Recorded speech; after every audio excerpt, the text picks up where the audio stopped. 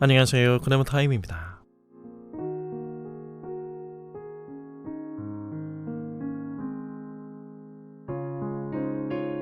예수님께서는 이제 마지막으로 올라가시게 될 예루살렘을 향하여 가시는 여정 속에서 자신이 경유하실 동네와 성읍들로 먼저 70명의 제자들을 파송하십니다.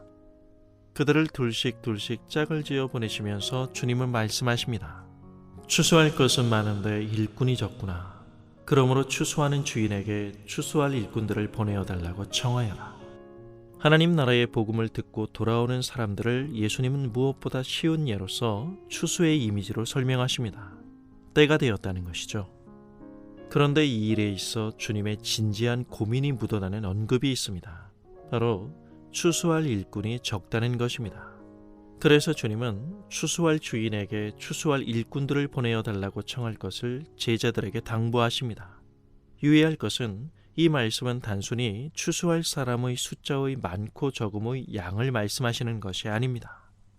제자라는 명함 뒤에서 실은 주님께 배팅을 건 아직 모든 면에서 준비되지 않은 미흡한 제자들의 현실과 그러므로 그들이 하나님 나라에 부름받은 자로서 영혼 구원을 위해 제자들이 우선적으로 먼저 무엇을 해야 할 것인가를 가르치고 계시는 말씀입니다.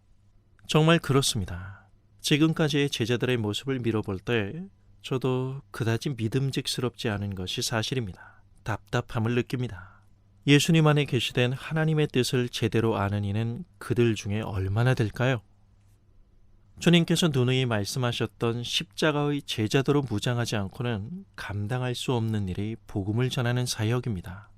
주님께서 위임하신 이 복음 전도가 단지 잘난 정의감으로 겁없이 뛰어들 수 없는 일임을 우리는 다음의 말씀에서 직감하게 됩니다. 가거라, 내가 너희를 보냄이 어린 양을 이리떼 가운데 보내는 것과 같구나. 주님의 거룩한 뜻을 꺾고 싶은 나머지 혈안이 돼 인간을 유혹하는 현장에서 뛰고 있는 악한 영적 세력이 창궐한 세상 속에서 복음 전도는 생존의 경계를 오가는 일이 될 수 있음을 말씀하고 계시는 것입니다. 기적의 광분하는 들뜬 분위기 속에서 주님께서 계신 곳이라면 언제든지 몰려들지만 여전히 생존과 이익이라는 문제만을 놓고 믿음과 얄팍함 사이를 오가는 사람들의 모습 속에서 고난과 죽음과 영광이라는 십자가를 불어넣는 대화를 한다는 것은 애초부터 불가능한 일일지도 모릅니다. 우리가 잘 아는 바와 같이 주님을 환호하던 사람들이 며칠 만에 돌변하여 예수님을 십자가에 못 박기 위해 그분을 몰아세운 과격한 군중으로 돌변한 이유는 무엇인가요?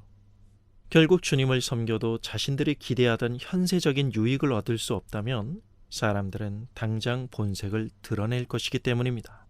이런 인간의 맨 얼굴을 보면서 하나님 나라의 백성됨이라는 참으로 변화된 얼굴을 그려낼 수 있을까요? 사람을 구원하는 능력은 사람에게 있지 않고 하나님께 있습니다. 한 사람의 구원 문제가 걸려있는 이 엄청난 사역은 사람의 능란한 말재주와 솜씨로 감당할 수 있는 일이 아닙니다. 사람은 결코 논리에 승복하지 않습니다. 다들 아시겠지만 말싸움에서 이기면 서로 원수가 될 뿐입니다. 또한 종교적 기교나 달변으로 사람의 감정을 훈련시킬 수는 있겠지만 그 체면에서 깨어나면 환상통만 클 뿐입니다. 인간의 깊고도 철저한 변화는 오직 하나님만이 주실 수 있습니다. 그래서 우리는 기도해야 합니다. 사람을 만든 이는 우리가 아니라 하나님이시라는 사실에 나라는 한 사람의 신앙 고백으로서의 정직함을 얹어야 합니다. 영혼을 구원하는 이 일에 있어 내가 아닌 하나님만이 하실 수 있다는 사실을 말이죠. 잃어버린 한 사람을 사망의 자리에서 영원한 생명으로 품으시는 주님의 그 영광스러운 사역에 내가 쓰임받고 있다는 사실에서 우리는 지금 놀라운 은혜를 두 눈으로 직접 보고 있는 것입니다. 감사합니다.